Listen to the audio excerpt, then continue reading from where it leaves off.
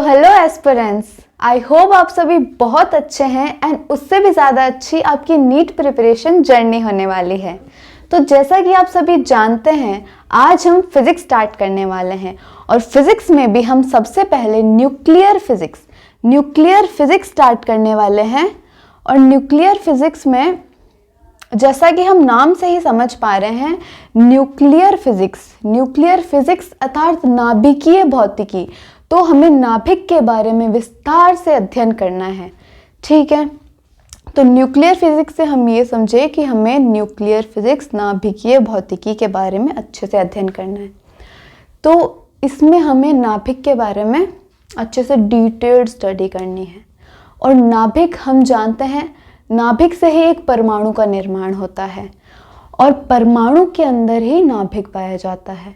तो सबसे पहले हम परमाणु के बारे में पढ़ेंगे कि परमाणु को हम किस तरह से निरूपित करते हैं, परमाणु को हम किस तरह से रिप्रेजेंट करते हैं। तो एक परमाणु को हम ZXA के फॉर्म में लिखते हैं, ZXA के फॉर्म में, जहाँ Z परमाणु क्रमांक है, X सिंबल है उस एटम का, उस परमाणु का प्रतीक है जो हम लिख रहे हैं। जैसे हम इस X के स्थान पर हम H लिख रहे हैं, अर्थात हम हाइड्रोजन का परमाणु लिखना चाहते हैं। अगर हम X की जगह He लिख रहे हैं, अर्थात हम हीलियम का परमाणु लिखना चाहते हैं, ठीक है। तो Z अर्थात परमाणु क्रमांक एटॉमिक नंबर है Z का मतलब, और X यहाँ है सिंबल ऑफ द एटम, परमाणु का प्रतीक है। जैसे हम किसी परमाणु के बारे में लिख रहे हैं, जैसे हम हाइड्रोजन के बारे में लिख रहे हैं, तो हाइड्रोजन है वो आवर्त सारणी में पीरियोडिक टेबल में नंबर 1 पे आता है, हम जानते हैं। तो हम 1H1 लिखते हैं, ठीक है।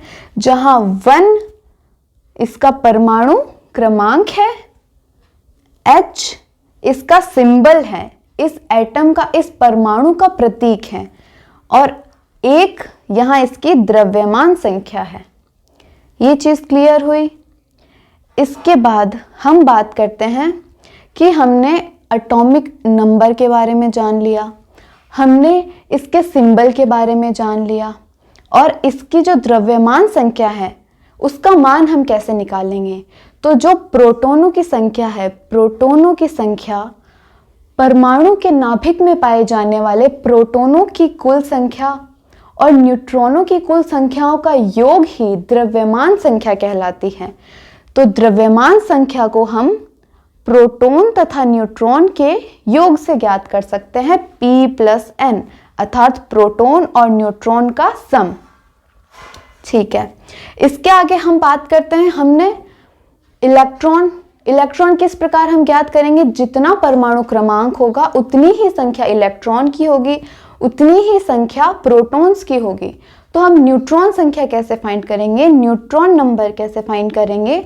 तो वो फाइंड करने के लिए हम द्रव्यमान संख्या A में से परमाणु क्रमांक Z को सब्सट्रैक्ट करेंगे, द्रव्यमान संख्या में से हम परमाणु क्रमांक को घटाएंगे तो हमें न्यूट्रॉनों की संख्या प्राप्त होगी।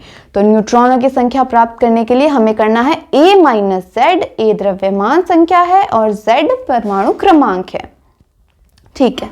इसके बाद हम बात करते हैं फंडामेंटल पार्टिकल्स, मूल या मौलिक कण। तो मौलिक कण क्या होते हैं। मौलिक कण वे कण होते हैं जिन्हें हम किन्हीं और मूल या मौलिक कणों का बना हुआ नहीं माना जाते हैं। मतलब जो कण किन्हीं और मूल कणों से मिलकर नहीं बने होते हैं, वे फंडामेंटल पार्टिकल्स कहलाते हैं, वे मूल या मौलिक कण कहलाते हैं। तो वे कण जिन्हें किन्हीं अन्य मूल कणों से बना हुआ नहीं माना जाता है, वे फंडामेंटल पार्टिकल या मूल कण कहलाते हैं। इसके अलावा इसकी हम एक और परिभाषा लिख सकते हैं कि जिन कणों को अन्य मूल कणों में विभक्त नहीं किया जा सकता, वे मूल कण कहलाते हैं, ठीक है। अब हम एक उदाहरण से समझेंगे कि जो मूल या मौलिक कण है वो कौन कौन से हैं। तो हमारे पास इलेक्ट्रॉन का सिंबल हम जानते हैं ई माइनस। पॉजिट्रॉन, पॉजिट्रॉन क्या है? पॉजिट्रॉन इलेक्ट्रॉन का ही एंटी पार्टिकल है, विपरीत कण है। जैसे इलेक्ट्रॉन पर हम नेगेटिव चार्ज लगाते हैं, वैसे पॉजिट्रॉन पर हम पॉजिटिव चार्ज लगाते हैं। तो इलेक्ट्रॉन, इसके बाद में पॉजिट्रॉन। न्यूट्रिनो, न्यूट्रिनो क्या है? न्यूट्रिनो एक चार्जलेस और मासलेस पार्टिकल है, एक आवेशहीन और द्रव्यमानहीन पार्टिकल है। और न्यूट्रिनो का ही विपरीत कण, न्यूट्रिनो का ही एंटी पार्टिकल है, एंटी न्यूट्रिनो। ठीक है, तो हम ये चीज कैसे बताएं कि इलेक्ट्रॉन है जो एंटी पार्टिकल है? क्योंकि इलेक्ट्रॉन को हम अलग अलग विभक्त नहीं कर सकते हैं, इलेक्ट्रॉन को हम अलग अलग भागों में नहीं बांट सकते हैं, और इलेक्ट्रॉन किन्हीं अन्य कणों से मिलकर भी नहीं बना होता है। अब एक बात हम अच्छे से जानते हैं, हमारी 9th क्लास में हमें ये बताया गया कि जो प्रोटॉन और न्यूट्रॉन है, प्रोटॉन और न्यूट्रॉन को फंडामेंटल पार्टिकल माना गया, मूल या मौलिक कण माना गया। परंतु अब हम देखेंगे कि जो प्रोटॉन और न्यूट्रॉन है वो मौलिक कण नहीं है। क्यों नहीं है? क्योंकि इन्हें हम क्वार्क से मिलकर बना हुआ माना जाते हैं। मतलब ये क्वार्क से मिलकर बने होते हैं। प्रोटॉन और न्यूट्रॉन क्वार्क से मिलकर बनते हैं। और मूल कणों में एक और नाम हम ऐड करते हैं,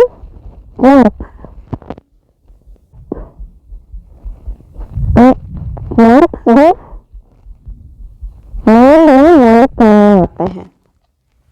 ठीक है, परंतु हमें ये चीज एकदम नोट डाउन कर लेनी है, ये चीज हमें अच्छे से ध्यान रखनी है कि प्रोटॉन और न्यूट्रॉन ये दोनों मूल या मौलिक कण नहीं है, क्योंकि ये क्वार्क से मिलकर बने होते हैं। क्वार्क्स हमारे पास होते हैं अप, डाउन, स्ट्रेट, चार्म, ये सारे हमारे पास क्वार्क्स होते हैं, और क्वार्क से ही मिलकर प्रोटॉन और न्यूट्रॉन बनते हैं। अर्थात ये मूल कणों से मिलकर बने हैं, तो ये मौलिक कण या मूल कण नहीं है। ठीक है, ये चीज हमने नोट लगा ली कि प्रोटॉन और न्यूट्रॉन मूल कण नहीं है, इसका कारण भी हमने अच्छे से जान लिया है।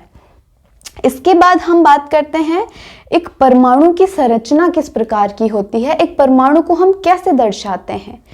तो एक परमाणु को हम इस प्रकार से दर्शाते हैं, ये परमाणु का नाभिक है, परमाणु का नाभिक है जिसके अंदर प्रोटॉन और न्यूट्रॉन पाए जाते हैं। प्रोटॉन पॉजिटिव होता है, एक पॉजिटिव पार्टिकल है, और न्यूट्रॉन एक न्यूट्रल पार्टिकल है। नाम से ही हम समझ पा रहे हैं कि न्यूट्रल पार्टिकल है। इसके बाद इसके जो बाह्यतम कोश हैं, नाभिक के बाह्यतम कोशों में इलेक्ट्रॉन कक्षीय गति करते हैं, इलेक्ट्रॉन ऑर्बिटल मोशन करते हैं। ठीक है, और बीच में ये नाभिक जहां पॉजिटिव चार्ज होता है। इसके बाद में हम बात करते हैं कि प्रोटॉन और न्यूट्रॉन को संयुक्त रूप से क्या बोला जाता है। तो नाभिक में पाए जाने वाले प्रोटॉन और न्यूट्रॉन्स को हम संयुक्त रूप से बोलते हैं न्यूक्लियॉन्स। न्यूक्लियॉन्स अर्थात प्रोटॉन और न्यूट्रॉन, प्रोटॉन प्लस न्यूट्रॉन को हम बोलेंगे न्यूक्लियॉन्स। ठीक है, तो इन्हें हम न्यूक्लियॉन्स कहते हैं, पहली बात तो ये। और ये जो न्यूक्लियॉन वर्ड है, इसको हम अच्छे से समझने के लिए इस सारणी का उपयोग करेंगे। तो जो मूल कण हैं उन्हें हमने दो भागों में वर्गीकृत किया है, एक लेप्टॉन्स और एक हेड्रॉन्स। तो आपको डिटेल्ड इसका अध्ययन नहीं करना है कि लेप्टॉन्स क्या है, हेड्रॉन्स क्या है, नहीं। आपको ये ध्यान देना है कि इसमें जो मेन चीज़ें हैं, प्रोटॉन और न्यूट्रॉन को हम और किन नामों से बुला सकते हैं।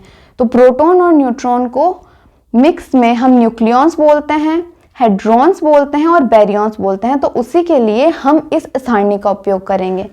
तो मूल कण लेप्टॉन्स और हेड्रॉन्स।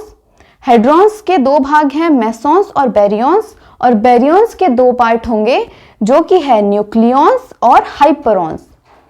ठीक है, और हम जानते हैं न्यूक्लियॉन्स ही प्रोटॉन और न्यूट्रॉन है। तो न्यूक्लियॉन्स बने होते हैं बैरियॉन से, बैरियॉन बने होते हैं हेड्रॉन से। इस वजह से हम प्रोटॉन और न्यूट्रॉन को साथ में न्यूक्लियॉन्स बोलते हैं, हेड्रॉन्स बोलते हैं और बैरियॉन्स बोलते हैं। तो अगर आपके पास क्वेश्चन न्यूक्लियॉन्स के स्थान पर हेड्रॉन्स और बैरियॉन्स को लेकर आए, तो आप लोग ये समझेंगे कि प्रोटॉन प्लस न्यूट्रॉन की बात हो रही है। चलिए, ये भी एकदम अच्छे से क्लियर हो चुका है कि न्यूक्लियॉन्स, हेड्रॉन्स और बैरियॉन्स हम प्रोटॉन प्लस न्यूट्रॉन को बोलते हैं। इसके बाद हम बात करेंगे द्रव्यमानों की, इलेक्ट्रॉन का द्रव्यमान, प्रोटॉन का द्रव्यमान और इलेक्ट्रॉन का और न्यूट्रॉन का द्रव्यमान। ठीक है, इलेक्ट्रॉन का द्रव्यमान हमें बहुत अच्छे से याद है, 9.1 इंटू 10⁻³ इन kgs। ठीक है, इलेक्ट्रॉन का द्रव्यमान है 9.1 इंटू 10⁻³ kgs। इसके बाद हम बात करेंगे प्रोटॉन के द्रव्यमान की। प्रोटॉन का द्रव्यमान है 1.67 इंटू 10⁻27 kgs और EMU में इसकी वैल्यू होगी 1.0073 EMU। यहाँ EMU क्या है? EMU is atomic mass unit. इसके बाद हम न्यूट्रॉन के द्रव्यमान की बात करेंगे। तो न्यूट्रॉन का जो द्रव्यमान है वो हल्का सा प्रोटॉन से अधिक होगा, स्लाइटली इनमें डिफरेंस होगा और डिफरेंस ये होगा कि जो प्रोटॉन का द्रव्यमान है उससे न्यूट्रॉन का द्रव्यमान थोड़ा सा अधिक होगा और जो होगा 1.67 इंटू 10⁻27 इन kgs। तो kgs में ये सेम होने वाला है, बट AMU में हम इसको लिखेंगे 1.0087 AMU। ठीक है, ये क्लियर हुआ इलेक्ट्रॉन, प्रोटॉन और न्यूट्रॉन का द्रव्यमान। इसके बाद हम आगे आते हैं AMU की वैल्यू पे। एटॉमिक मास यूनिट की क्या वैल्यू होती है? तो AMU की वैल्यू होती है 1.66 इंटू 10⁻27 इन kgs। ठीक है, ये AMU की वैल्यू है। ये वैल्यू आपको एकदम आसानी से याद होगी, आपको कोई रट्टा मारने की जरूरत नहीं है। हमें प्रोटॉन न्यूट्रॉन की वैल्यू पहले से याद है 1.67 इंटू 10⁻27। आपको सिर्फ एक वैल्यू चेंज करनी है, 7 की जगह यहाँ 6 लिखना है, 1.66 इंटू 10⁻27। ठीक है, तो बहुत अच्छे से याद हो जाएगी। AMU की वैल्यू आपको याद रखनी है और ये वैल्यू हम फाइंड कैसे कर सकते हैं? तो जो कार्बन 612 है, कार्बन 612 को हम डिवाइड करेंगे 12 से, अर्थात कार्बन 612 का हम भाग देंगे 12 से, तब हमें ये वैल्यू प्राप्त होगी। हमें एक AMU 1 एटॉमिक मास यूनिट की वैल्यू प्राप्त होगी जो कि है 1.66 इंटू 10⁻27। इजी। इसके बाद हम बात करेंगे रेस्ट मास एनर्जी के बारे में। तो हम आइंस्टाइन का इक्वेशन अच्छे से जानते हैं कि E = mc² होता है। जिन सभी ने भी साइंस ली है उन्हें ये इक्वेशन बहुत अच्छे से पता होगी, E = mc², जो कि आइंस्टाइन की एक इक्वेशन है, E = mc², जहाँ E क्या है? E है rest mass energy, rest mass energy विराम द्रव्यमान ऊर्जा। यहाँ M क्या है? विराम द्रव्यमान, और C क्या है? प्रकाश का वेग, वेलोसिटी ऑफ लाइट। ठीक है, इसके बाद हम इलेक्ट्रॉन के विराम द्रव्यमान की ऊर्जा ज्ञात करेंगे। इलेक्ट्रॉन के विराम द्रव्यमान की ऊर्जा ज्ञात करने के लिए सबसे पहले हम आइंस्टाइन का इक्वेशन लिखेंगे जो कि है E = mc²। E = mc², ये हम लिखने वाले हैं। इसके बाद हमें इलेक्ट्रॉन का द्रव्यमान अभी हमने ज्ञात किया है जो कि है 9.1 इंटू 10⁻31। ठीक है, इन kgs। ये वैल्यू हमारे पास, ये वैल्यू हम यहाँ पुट कर देंगे। और प्रकाश का वेग, प्रकाश के वेग की क्या वैल्यू होती है? 3 इंटू 10⁸ और हमें यहाँ इसका स्क्वायर करना है।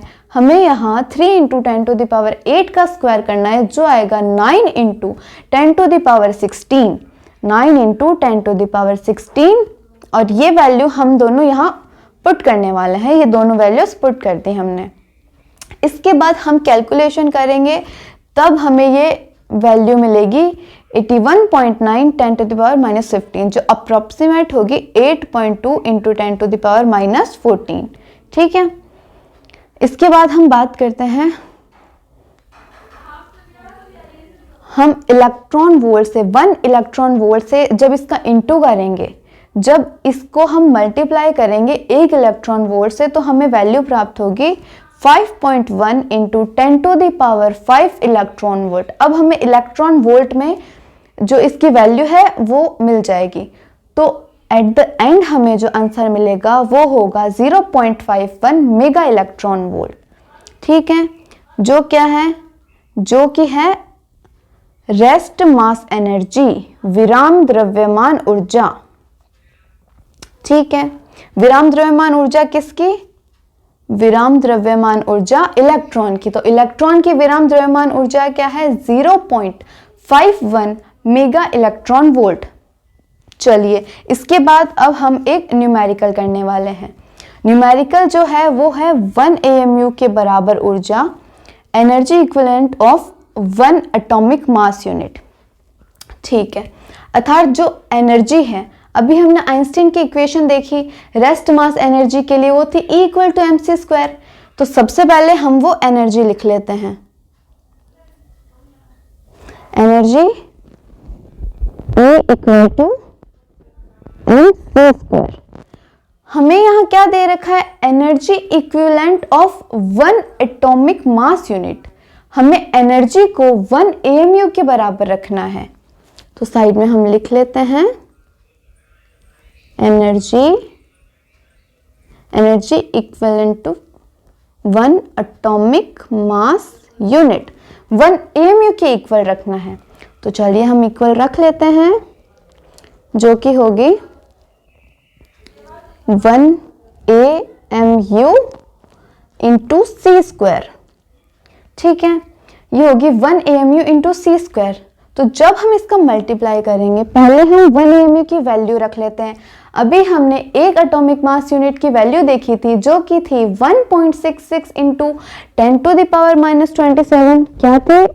1.66 into 10 to the power minus 27। और C की वैल्यू क्या थी? 3 इंटू 10 टू द पावर 8। और इसका हमें करना था स्क्वायर। स्क्वायर की वैल्यू हम डायरेक्ट लिख सकते हैं, बट हमें इसका स्क्वायर करके लिखा है। तो 1.66 into 10 to the power minus 27, और इसे हम इंटू करेंगे 9 इंटू 10 टू द पावर 16 से। तो जब हम इन दोनों को इंटू करेंगे तो हमें एक डायरेक्ट वैल्यू याद रखनी है, एक डायरेक्ट वैल्यू याद रखनी है, जो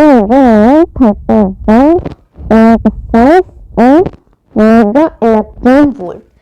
ये वैल्यू आपको एकदम अच्छी तरीके से, एकदम रट्टा लगा के याद रखनी है। ये वैल्यू बहुत इंपॉर्टेंट है एंड पूछी जाती है कि 1 AMU के बराबर जब हम एनर्जी रखते हैं, E इक्वल टू mc² को हम 1 AMU के जब बराबर रखते हैं तो हमें क्या वैल्यू मिलती है? तो जो वैल्यू हमें प्राप्त होती है वो है 931.5 मेगा इलेक्ट्रॉन वोल्ट। ठीक है, ये वैल्यू हमें कैसे मिली? जब हमने 1 AMU 1 एटॉमिक मास यूनिट को जब हमने c² से मल्टीप्लाई किया, तब हमें ये वैल्यू मिली है, और जो होगी ये। अब आप इस वैल्यू पे डबल स्टार लगा लीजिए। ये वैल्यू आपको याद होनी ही चाहिए, ये वैल्यू याद होना कंपलसरी है। आप बहुत अच्छे से याद करिए इस वैल्यू को, और हम आगे बढ़ते हैं। ठीक है, आप ब्रैकेट बना लीजिए जल्दी से। एकदम बढ़िया तरीके से हमें ये वैल्यू याद करनी है कि जब हम 1 AMU इंटू c² करते हैं तो हमें 931.5 मेगा इलेक्ट्रॉन वोल्ट एनर्जी प्राप्त होती है। और जो कि हमें कैसे प्राप्त हुई? हमने 1 AMU के इक्वल रखा था एनर्जी को, उससे हमें 931.5 मेगा इलेक्ट्रॉन वोल्ट मिली है एनर्जी। उसके बाद हम बात करते हैं न्यूक्लियर साइज की, नाभिकीय आकार की। तो जब हम नाभिकीय आकार की बात कर रहे हैं, हम नाभिक के आयतन की बात करते हैं।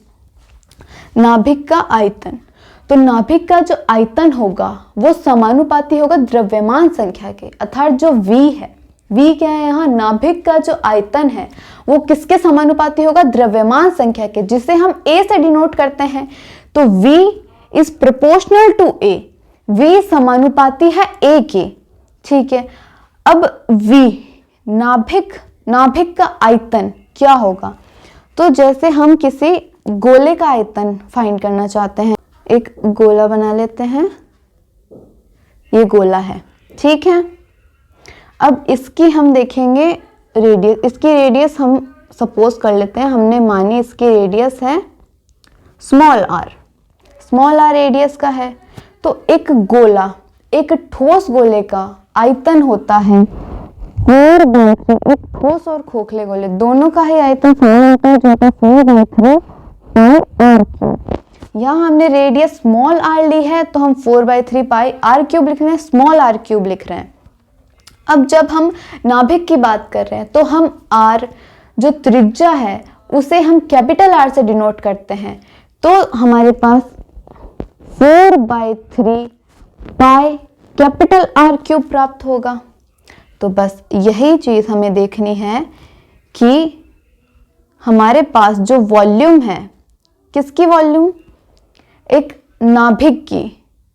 नाभिक की जो वॉल्यूम है, एक नाभिक का जो आयतन है वो होगा 4/3 पाई आर क्यूब। अभी मैं आपको अच्छे से समझा चुकी हूँ कि 4/3 पाई आर क्यूब क्यों आएगा, क्योंकि एक ठोस गोले का जो आयतन होता है, एक ठोस या खोखले गोले का आयतन होता है वो होता है 4/3 पाई आर क्यूब।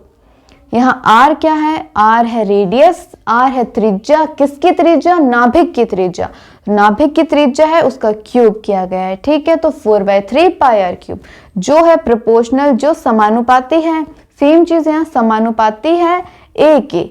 ए क्या है, द्रव्यमान संख्या, तो द्रव्यमान संख्या के समानुपाती है 4/3 पाई आर क्यूब। अब ये चीज हमें दिख रही है कि यहाँ जो 4/3 है, 4/3 and pi both are constant, क्योंकि 4/3 ये हम देख सकते हैं कांस्टेंट है, इसकी एक कांस्टेंट, इसकी एक स्थिर वैल्यू होगी, इसकी एक नियतांक वैल्यू होगी। और जो पाई है, पाई के बारे में हम जानते हैं कि पाई की वैल्यू होती है 3.14, और या फिर हम लिख सकते हैं पाई की वैल्यू होती है 22/7, ठीक है। ये पाई की वैल्यू है, हम जानते हैं।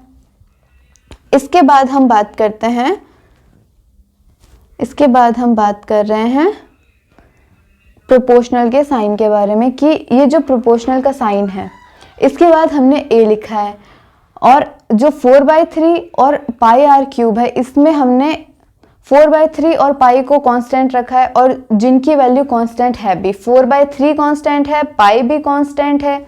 इसके बाद में हमने इन वैल्यूज को साइड में रख दिया और हमने R cube, only R cube रखा है, क्योंकि आर क्यूब और ए ये दोनों वेरिएबल्स हैं, और जो कांस्टेंट्स थे 4/3 और पाई ये कांस्टेंट थे, तो हमने इन्हें साइड कर दिया, और जो वेरिएबल्स हैं उन्हें हमने यहीं रहने दिया।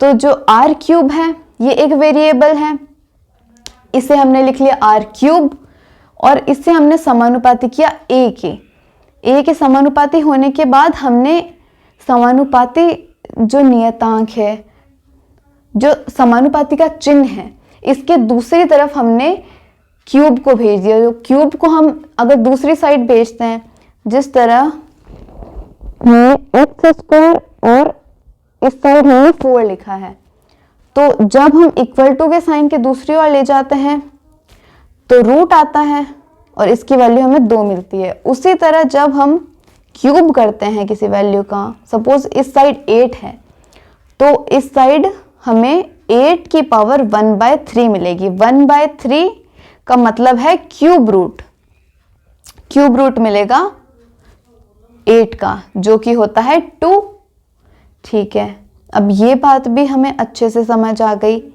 कि जब आर पर जो क्यूब था वो हम प्रोपोर्शनल के दूसरी साइड लेके गए, तब हमें a पे पावर 1/3 मिली, ठीक है।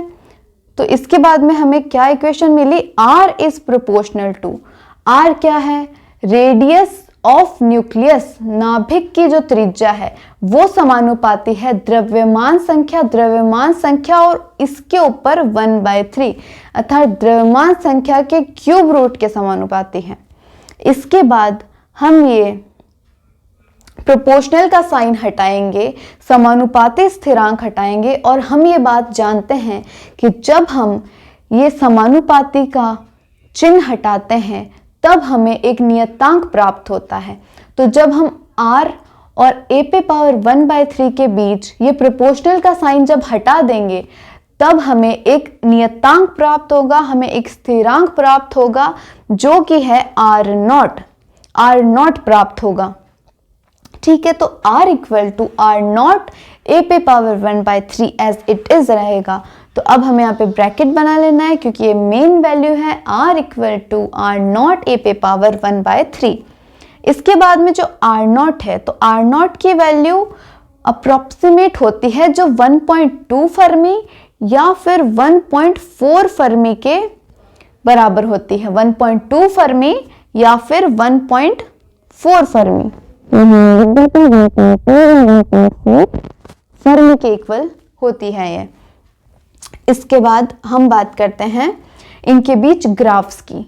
जो R और A के बीच हम ग्राफ बनाएंगे, हम उनकी बात करेंगे। उससे पहले हमें ये ध्यान रखना होगा कि जब x की वैल्यू है, x की वैल्यू क्या होगी, जो A के ऊपर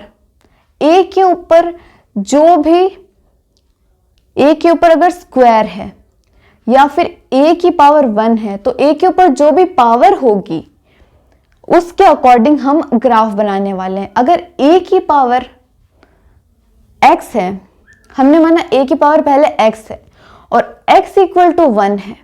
अगर A पे 1 है, यहां हम अगर 1 पावर लगा रहे हैं, A पे पावर 1/3 पे 1 पावर है और x इक्वल टू 1 है, तो हमें ग्राफ कुछ ऐसा मिलेगा। हमें ये ग्राफ प्राप्त होने वाला है जहां x इक्वल टू 1 है।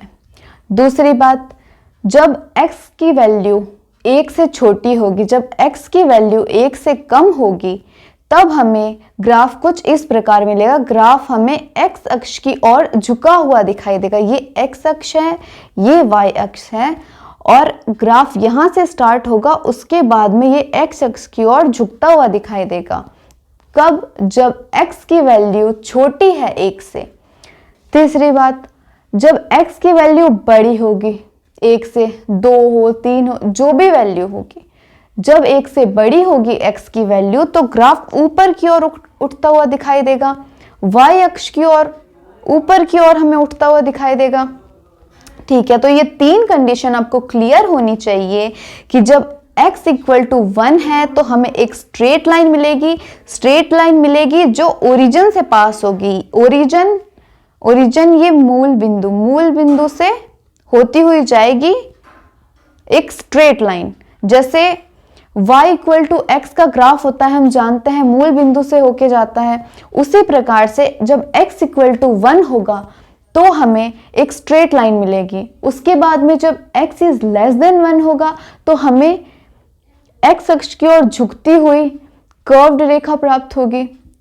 उसके बाद में हम x की वैल्यू हम x से छोटी वैल्यू लेंगे। जब x की वैल्यू बड़ी होगी 1 से बड़ी x की वैल्यू के लिए हमें ग्राफ कुछ ऐसा मिलेगा। ठीक है, 3 कंडीशंस आपको अच्छे से ध्यान रखनी है। अब हम मेन टॉपिक पे आते हैं। अब मेन बात पे आते हैं कि जब हम इनके बीच ग्राफ ड्रॉ करेंगे, जब हम r और a पे पावर 1/3 के बीच ग्राफ ड्रॉ करने वाले हैं। ठीक है, अभी हम ये ग्राफ ड्रॉ करने वाले हैं जहां y एक्सिस पे हमने r लिया है। r क्या है? रेडियस ऑफ न्यूक्लियस, नाभिक की त्रिज्या। और दूसरी तरफ हमने a लिया है, a है द्रव्यमान संख्या। ठीक है, अब इनके बीच हमें ग्राफ कैसे मिलेगा? तो एक छोटे से हम एग्जाम्पल से समझते हैं।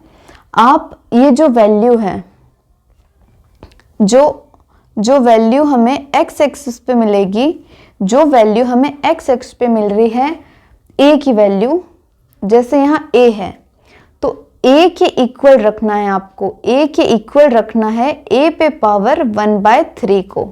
ठीक है, तो x अक्ष पे जो वैल्यू है उसके इक्वल हम रखेंगे। ऊपर हमें जो वैल्यू फाइंड करनी है इनको, और इसके ऊपर हम x लगा देंगे तो x इक्वल टू 1/3 है। 1/3 है और जिसकी वैल्यू हमें प्राप्त होगी 0.33। अब आप ये बताइए 0.33 x से छोटा है, तो जब x से छोटा होगा तो हमें कैसा ग्राफ मिलेगा? x से छोटा होगा जब x छोटा होगा 1 से तब हमें कर्व्ड इस तरह से ग्राफ मिलेगा जो y अक्ष की ओर झुकेगा। ठीक है, तो जो हमें वैल्यू मिली है, जो वैल्यू हमें प्राप्त हुई है वो है 0.33। 0.33 वैल्यू है जो कि 1 से छोटी है। तो जब हमें 1 से छोटी वैल्यू प्राप्त हो, किसकी? x की वैल्यू जब हमें 1 से छोटी मिलती है तब ग्राफ झुका हुआ मिलेगा हमें। ठीक है, ये बात क्लियर हुई। अर्थात पहले हमें इनका कंपैरिजन करना है। हम किन का कंपैरिजन कर रहे हैं? यहाँ जो वैल्यू है a पे पावर 1/3 और x अक्ष पे जो वैल्यू है a, इन दोनों का कंपैरिजन करेंगे तो x की वैल्यू 1/3 मिलेगी और 1/3 की वैल्यू होती है 0.33 के बराबर। ठीक है, जो कि x से, जो हमारा x है और जो कि 1 से छोटा है, तो 1 से छोटा होने पर हमें कर्व्ड ग्राफ मिलेगा जो इस प्रकार है। ठीक है,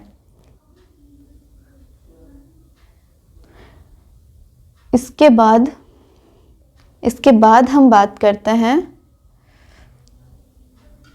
अदर ग्राफ की, दूसरे ग्राफ की हम बात करते हैं। इसके बाद जो दूसरा ग्राफ है उसके अंदर हम देख पा रहे हैं, सबसे पहले यहाँ लिख देते हैं r is proportional to a पे पावर 1/3। ठीक है, अब जो दूसरा ग्राफ है इसमें हम देख पा रहे हैं कि y अक्ष पे हमें r मिल रहा है और x अक्ष पे a पे पावर 1/3 है। तो हमने क्या बोला था, यहाँ जो वैल्यू है, जो a की वैल्यू है, पहले हमें a की वैल्यू लिख देनी है a पे पावर 1/3। अब इसे हमें इक्वल करना है उस वैल्यू से जो x अक्ष पे है। तो x अक्ष पे हमें यहाँ तो a दिख रहा था, a था तो हमने a के इक्वल किया, x की वैल्यू 1/3 मिली। अब हम x अक्ष, दूसरे ग्राफ का x अक्ष ले रहे हैं और जो है a पे पावर 1/3। ठीक है, a पे पावर 1/3, तो हमने यहाँ से a पे पावर 1/3 लिया और यहाँ से भी a पे पावर 1/3 लिया, तो a पे पावर 1/3 हो गया। ठीक है, अब दोनों साइड, इस साइड हम x लिख देते हैं, तो 1/3 x इक्वल टू 1/3। अब 1/3 से 1/3 कैंसिल हो गया तो x की वैल्यू हमें मिली 1। और ये चीज़ हम जानते हैं, जब हमें x की वैल्यू 1 मिलती है, x की वैल्यू जब हमें 1 मिलती है तो हमें एक स्ट्रेट लाइन मिलती है जो कि ओरिजिन से पास होती है। ठीक है, तो इस तरह से ये जो अदर ग्राफ है, जो दूसरा ग्राफ है, जो r और a पे पावर 1/3 के बीच है, उसकी वैल्यू हमें प्राप्त होगी। वो ग्राफ कुछ इस प्रकार से होगा। ठीक है, तो हम यहाँ पे लिख लेते हैं। अब हम यहाँ पे ये ग्राफ लिख लेते हैं कि ये ग्राफ था r is proportional to a पे पावर 1/3। ग्राफ सेम है, ग्राफ में कोई दिक्कत नहीं है, ग्राफ वही का वही है, बस हमें ध्यान रखना है कंपैरिजन का। कंपेयर हमने किसको कंपेयर किया है, तो r is proportional to a पे पावर 1/3। तो जो a पे पावर 1/3 है उसको हम कंपेयर करेंगे जो x अक्ष पे वैल्यू है उससे।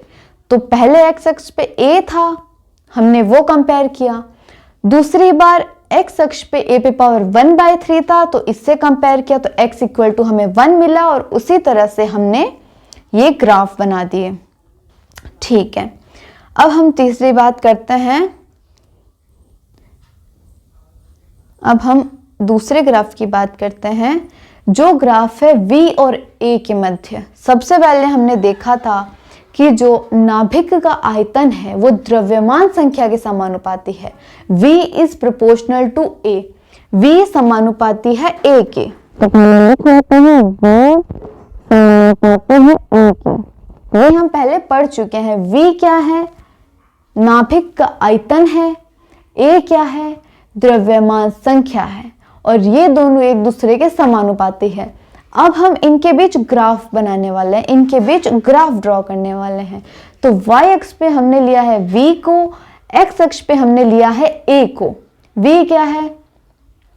आयतन है, नाभिक का आयतन, और द्रव्यमान संख्या a है, तो उसे हमने x अक्ष पे लिया है। अब इनके बीच ग्राफ कैसा बनेगा? सबसे पहले हमें ध्यान देना है कि प्रोपोर्शनल के राइट हैंड साइड में क्या है? प्रोपोर्शनल के राइट हैंड साइड में a है, तो a को पहले हम लिख लेते हैं। बीच में हम इक्वल टू का सिंबल लगाएंगे, जैसे हम पहले लगा चुके हैं, इक्वल टू का सिंबल, और x अक्ष पे जो वैल्यू होगी वो लिख लेंगे। x अक्ष पे क्या वैल्यू है हमारे पास? a इक्वल टू a, ये तो हमें सेम ही दिख रहा है, तो x की वैल्यू होगी 1 वैल्यू है x की। ठीक है, अब जब इसकी वैल्यू हमें 1 प्राप्त हुई है, तो हमने देखा था कि ये जो ग्राफ बना था, जो हमारे पास ग्राफ बना था, जब x इक्वल टू 1 होता है तो हमें ओरिजिन से पास होती हुई एक स्ट्रेट लाइन मिलती है। तो ये ओरिजिन से पास हो रहा है, ये ग्राफ ओरिजिन से पास होते हुए एक स्ट्रेट लाइन बना रहा है। ठीक है, अर्थात v समानुपात a के लिए हमें ये वैल्यू प्राप्त होगी, हमें ये ग्राफ मिलेगा, ये ग्राफ मिलेगा। ये ग्राफ हमें क्यों मिलेगा? ये ग्राफ हमें मिलेगा बिकॉज हम ऊपर पढ़ चुके हैं कि जब x इक्वल टू 1 होता है, जब x इक्वल टू 1 होता है, तब हमें एक स्ट्रेट लाइन मिलती है।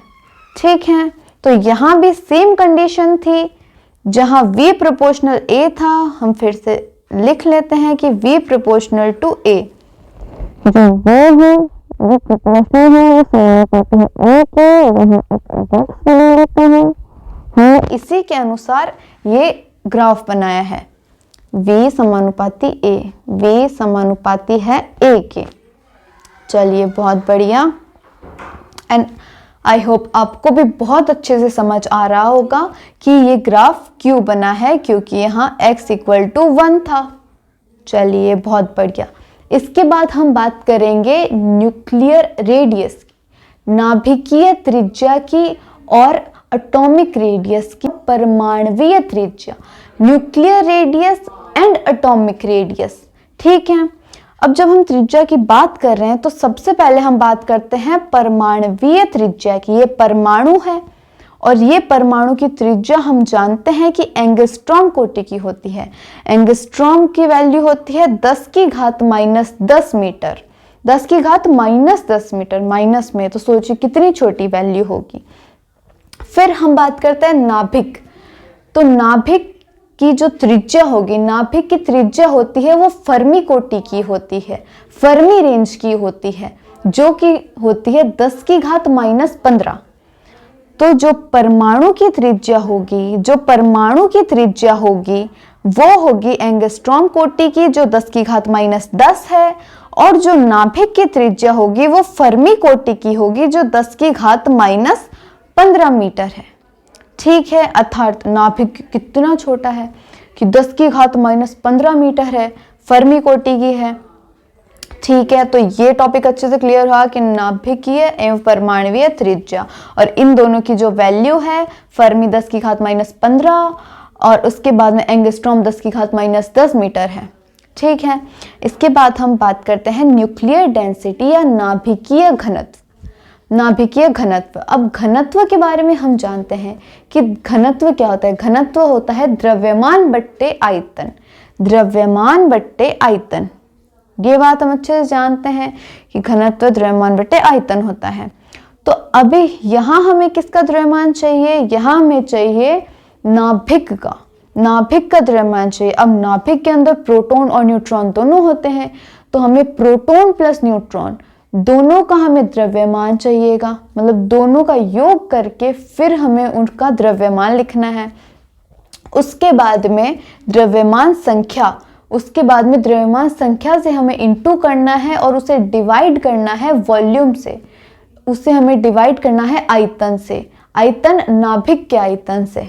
ठीक है, अर्थात जो घनत्व होगा, नाभिकीय घनत्व हमें प्राप्त करने के लिए प्रोटॉन प्लस न्यूट्रॉन का द्रव्यमान और द्रव्यमान संख्या का गुणा करके उसे हमें नाभिक के आयतन से भाग देना होगा। उसके बाद हमें प्राप्त होगी नाभिकीय घनत्व।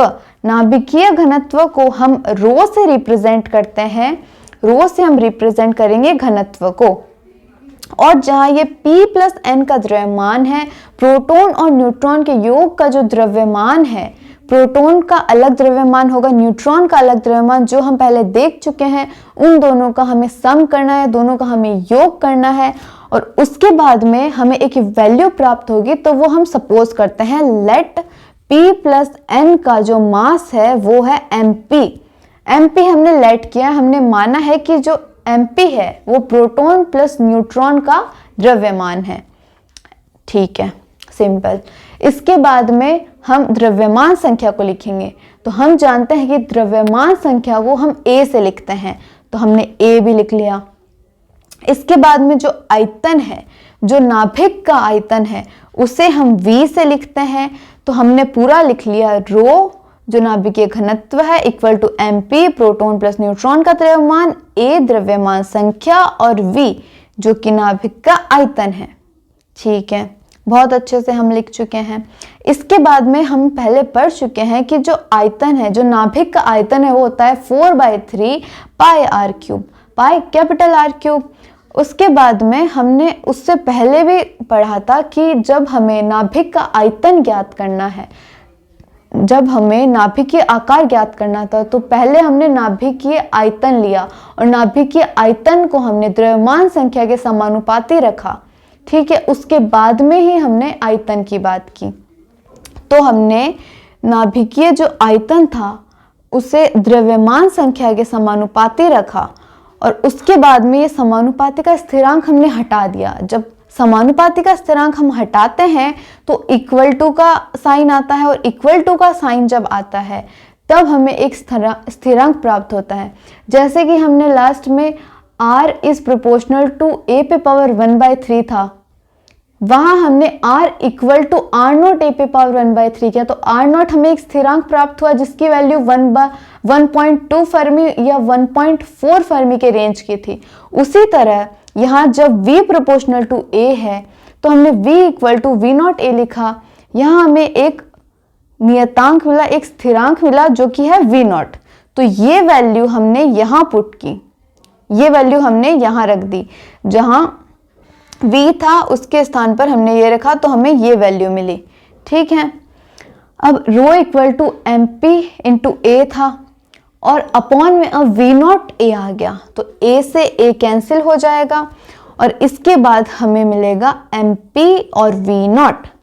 तो mp क्या था, mp क्या था हमारे पास, mp था P+N का द्रव्यमान। तो P+N का द्रव्यमान एक कांस्टेंट होगा। हम जानते हैं कि जो प्रोटॉन का द्रव्यमान है 1.67 इंटू 10⁻⁻27 kg, वो एक कांस्टेंट है। उसके बाद जो न्यूट्रॉन का द्रव्यमान है 1.67 इंटू 10⁻27 kg, वो भी एक कांस्टेंट है, वो भी एक नियतांक है। तो जब हम दोनों का मल्टीप्लाई करें, दोनों के योग करके उनका हम द्रव्यमान देखेंगे, तब हमें एक कांस्टेंट मिलेगा। हम ये चीज जानते हैं कि जब हम दो कांस्टेंट क्वांटिटी को, दो नियत क्वांटिटीज को जब हम जोड़ते हैं, जब उनका हम योग करते हैं तो हमें एक कांस्टेंट मिलता है। जब हम 2+2 करते हैं, 2+2 करेंगे तब हमें 4 मिलेगा, 4 भी एक कांस्टेंट है। ठीक है, उसी तरह जो mp है वो एक कांस्टेंट होगा। उसके बाद v0 हमने अभी देखा कि जब प्रोपोर्शनल का साइन हटाया तो v0 हमें एक नियतांक मिला, एक स्थिरांक मिला, तो v0 भी कांस्टेंट है। तो बोथ क्वांटिटीज आर कांस्टेंट, दोनों ही नियतांक है और नियतांक की कोई ना कोई वैल्यू होगी। तो रो की वैल्यू है 10⁻17 किलोग्राम प्रति मीटर क्यूब। ठीक है, तो रो की हमें एट द एंड वैल्यू मिली 10⁻17 किलोग्राम बट्टे मीटर क्यूब। ठीक है, ये क्या था, रो क्या था, घनत्व, नाभिकीय घनत्व। तो नाभिकीय घनत्व की वैल्यू क्या है, 10⁻17 किलोग्राम अपॉन मीटर क्यूब। ठीक है, नाभिकीय घनत्व हो गया। इसके बाद में हम एक चीज नोट करेंगे। नोट हमें क्या करना है कि जो उपरोक्त समीकरण है उसके अनुसार, उपरोक्त समीकरण क्या थी, उपरोक्त ये हमें समीकरण मिली कि रो इक्वल टू 10 की घात 17 किलोग्राम अपॉन मीटर क्यूब। इसके ऊपर क्या है, rho equal to mp upon v naught, ये एक कांस्टेंट है। तो उपरोक्त जो समीकरण है, उपरोक्त समीकरण किसकी बात हो रही है, इस इक्वेशन की। तो इस इक्वेशन के अनुसार हम ये देख सकते हैं mp और v नॉट दोनों कांस्टेंट है। ठीक है, दोनों जो क्वांटिटीज है वो कांस्टेंट है। दो कांस्टेंट क्वांटिटीज का जब हम डिवाइड कर रहे हैं, जब हम भाग दे रहे हैं, हमें कांस्टेंट ही मिलेगा। तो जो कांस्टेंट है वो a पर निर्भर नहीं करेगा। a क्या है, द्रव्यमान संख्या। द्रव्यमान संख्या a पर निर्भर नहीं करेगा क्योंकि द्रव्यमान संख्या a है, वो कांस्टेंट नहीं है, वो एक वेरिएबल है। और उस पर निर्भर क्यों नहीं करेगा mp और v नॉट की वैल्यू, क्यों, क्योंकि वो कांस्टेंट है। ठीक है, और mp अपॉन v नॉट की वैल्यू 10 की घात 17 किलोग्राम अपॉन मीटर क्यूब है, ये तो हमने पहले देख ही लिया। ठीक है, तो अतः नाभिकीय घनत्व द्रव्यमान संख्या a पर निर्भर नहीं करेगा। तो अभी हमने यही बात देखी कि जो रो है mp अपॉन v नॉट है वो किस पर निर्भर नहीं करेगा, द्रव्यमान संख्या पर, द्रव्यमान संख्या पर निर्भर नहीं करेगा। ठीक है, तो जब निर्भर ही नहीं करेगा तो एकदम कांस्टेंट वैल्यू आने वाली है। अगर हम ग्राफ पे ड्रॉ करेंगे तो वैल्यू चेंज नहीं होने वाली, एक ही वैल्यू रहने वाली है। तो ग्राफ की मदद से भी हम एक बार समझ लेते हैं इसको।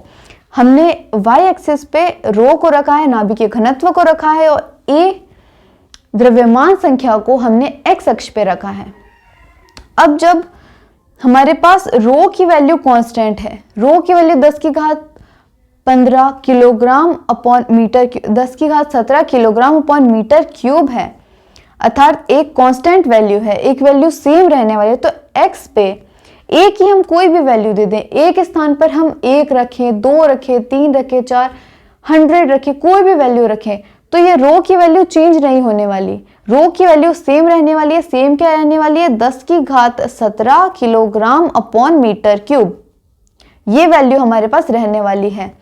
ठीक है, ये कांस्टेंट वैल्यू है, अर्थात ये जो ग्राफ है हमें एक स्ट्रेट लाइन मिलेगी जो समांतर होगी x अक्ष के, x एक्सिस के ये समांतर होगी। ठीक है, इसके बाद में हमें एक क्वेश्चन करना है। ठीक है, आप रेडी हैं क्वेश्चन के लिए? तो चलिए क्वेश्चन करते हैं। तो सबसे पहले हम देख लेते हैं कि क्वेश्चन क्या है। क्वेश्चन क्या है कि यदि एल्यूमिनियम 27, यहाँ 27 क्या है, 27 है एल्यूमिनियम की द्रव्यमान संख्या, a की वैल्यू है। a क्या था, द्रव्यमान संख्या थी, तो अर्थात द्रव्यमान संख्या की वैल्यू है 27। तो यदि एल्यूमिनियम 27 की जो त्रिज्या है, जो r है, सबसे पहले हम क्वेश्चन ही अच्छे से देख लेते हैं कि यदि एल्यूमिनियम 27 की जो त्रिज्या है वो 3.6 फर्मी है। फर्मी अभी हमने देखा था 10 की घात -15 की कोटि की है। तो कॉपर 64 की अनुमानित परमाणविक त्रिज्या ज्ञात कीजिए। तो हमें कॉपर की अनुमानित परमाणवीय त्रिज्या ज्ञात करनी है। ठीक है, तो जब भी आप कोई न्यूमेरिकल करने जा रहे हैं, आपको सबसे पहले जो दिया गया है वो लिख लेना है। ठीक है, सबसे पहले हम ये देख पा रहे हैं वो है रेडियस ऑफ एल्यूमिनियम दे रखी है, अर्थात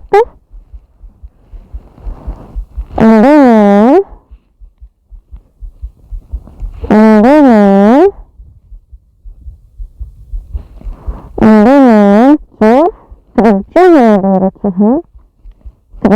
दे रखी है, जो कि है 3.6 फर्मी। ठीक है, ये हमें गिवन है कि रेडियस ऑफ एल्यूमिनियम की जो त्रिज्या है वो क्या दे रखी है हमें, 3.6 फर्मी।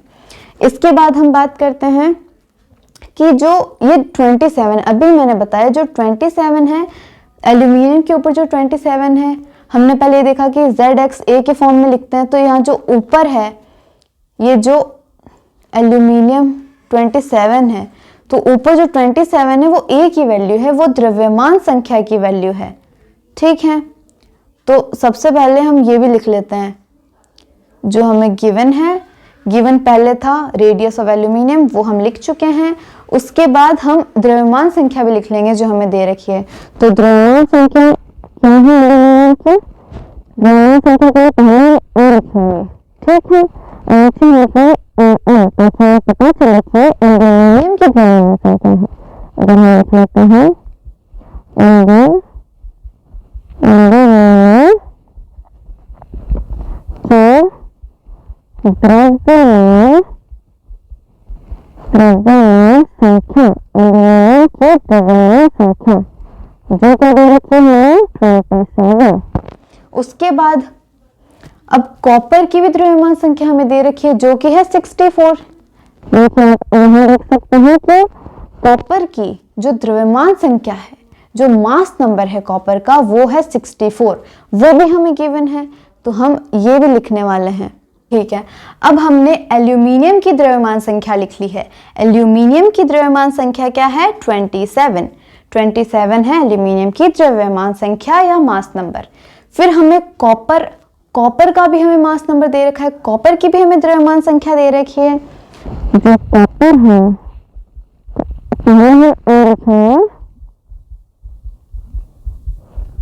सबसे पहले है ओ को है द्रव्यमान संख्या है, इसके द्रव्यमान संख्या कॉपर की द्रव्यमान संख्या है, तो हम लिखेंगे कॉपर की द्रव्यमान संख्या जो कि हमें दे रखी है 64, ठीक है। अब हमें करनी है मेन कैलकुलेशन। तो इसके लिए हम देखेंगे कि जब हमने परमाणुवीय आकार पढ़ा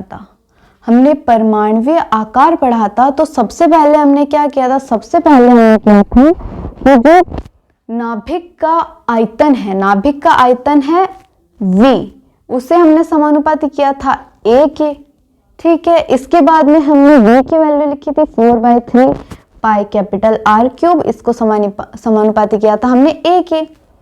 उसके बाद में इन दोनों को हमने लिया था कांस्टेंट, तो इन्हें साइड में हटा के हमने लिखा था R cube is proportional to A।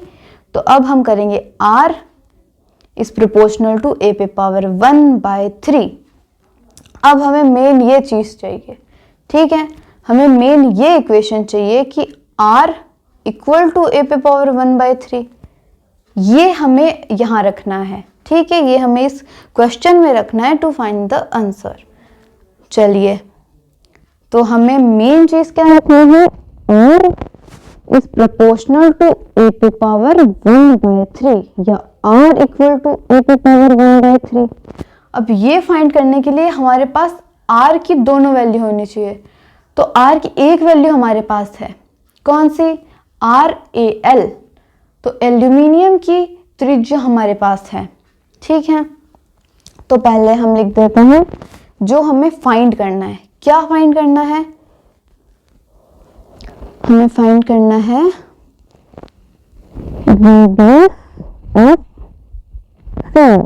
Copper की रेडियस फाइंड करनी है, ठीक है। इसको फाइंड करने के लिए हमें ये ध्यान रखना है, ठीक है। तो हम लिखेंगे R इक्वल टू A पे पावर 1/3। अब R की जो दो वैल्यू है, ये RAL और RCU, पहले ये लिख लेते हैं,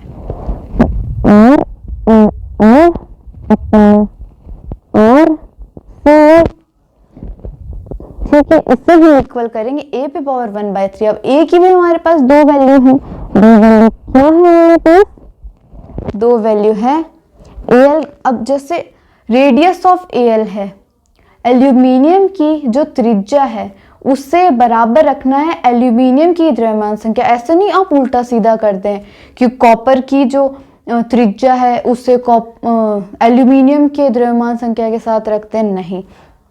जो एल्यूमिनियम की त्रिज्या है उसे एल्यूमिनियम की द्रव्यमान संख्या के सामने रखना है। तो एल्यूमिनियम की द्रव्यमान संख्या क्या थी, 27 अपॉन, अब जो कॉपर है, तो कॉपर की द्रव्यमान संख्या क्या है हमारे पास, 64 और इसके पावर है 1/3। A पे पावर 1/3 थी। ये पूरी वैल्यू एक बार आप समझ लीजिए, ये पूरी वैल्यू है R की, ये पूरी R की वैल्यू है और ये पूरी A की वैल्यू है। और ये है 1/3, 1/3 अर्थात क्यूब रूट। ठीक है, अब हम देखेंगे कि AL की भी वैल्यू रखी है, तो सबसे पहले आप सेम लिख लीजिए RAL अपॉन RCU और इसका हम लगा देते हैं क्यूब रूट। पहले 27 का क्यूब रूट और फिर क्यूब रूट 64 का। ठीक है, जो वैल्यू हमें प्राप्त होगी वो है 3/4। क्यों? क्योंकि हम जानते हैं कि 27 का क्यूब रूट 3 होता है, 27 का क्यूब रूट 3 होता है और जो 64 है उसका क्यूब रूट 4 होता है। 64 का क्यूब रूट 4 होता है। ठीक है,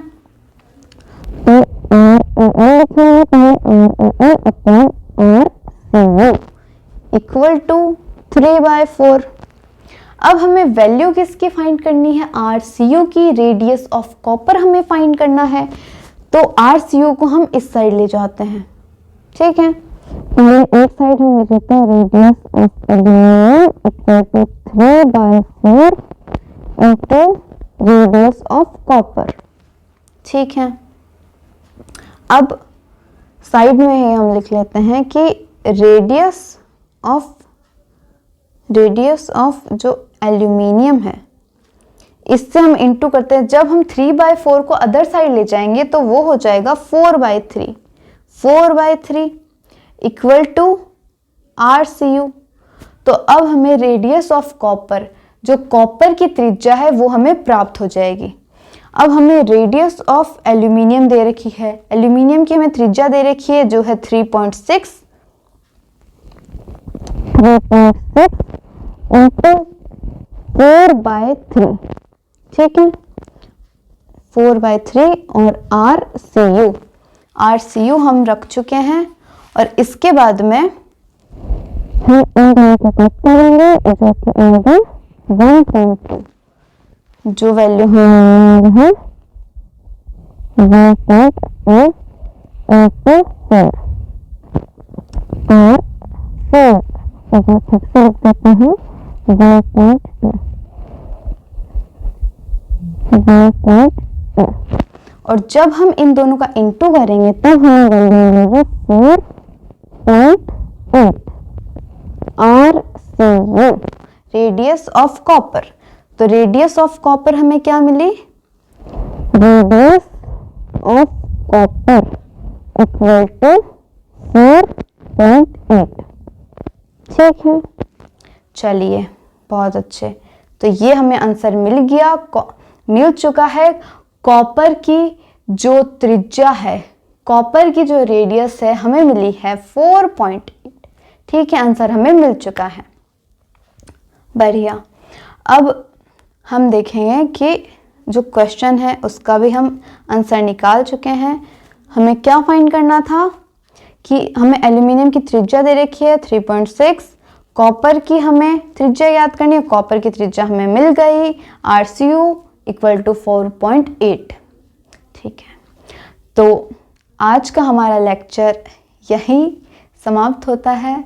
आई होप आपको आज का लेक्चर बहुत पसंद आया होगा एंड आगे भी आप हमारे चैनल पे बने रहने वाले हैं और मेरा सपोर्ट करने वाले हैं एंड अपनी नीट प्रिपरेशन को बहुत अच्छी करने वाले हैं।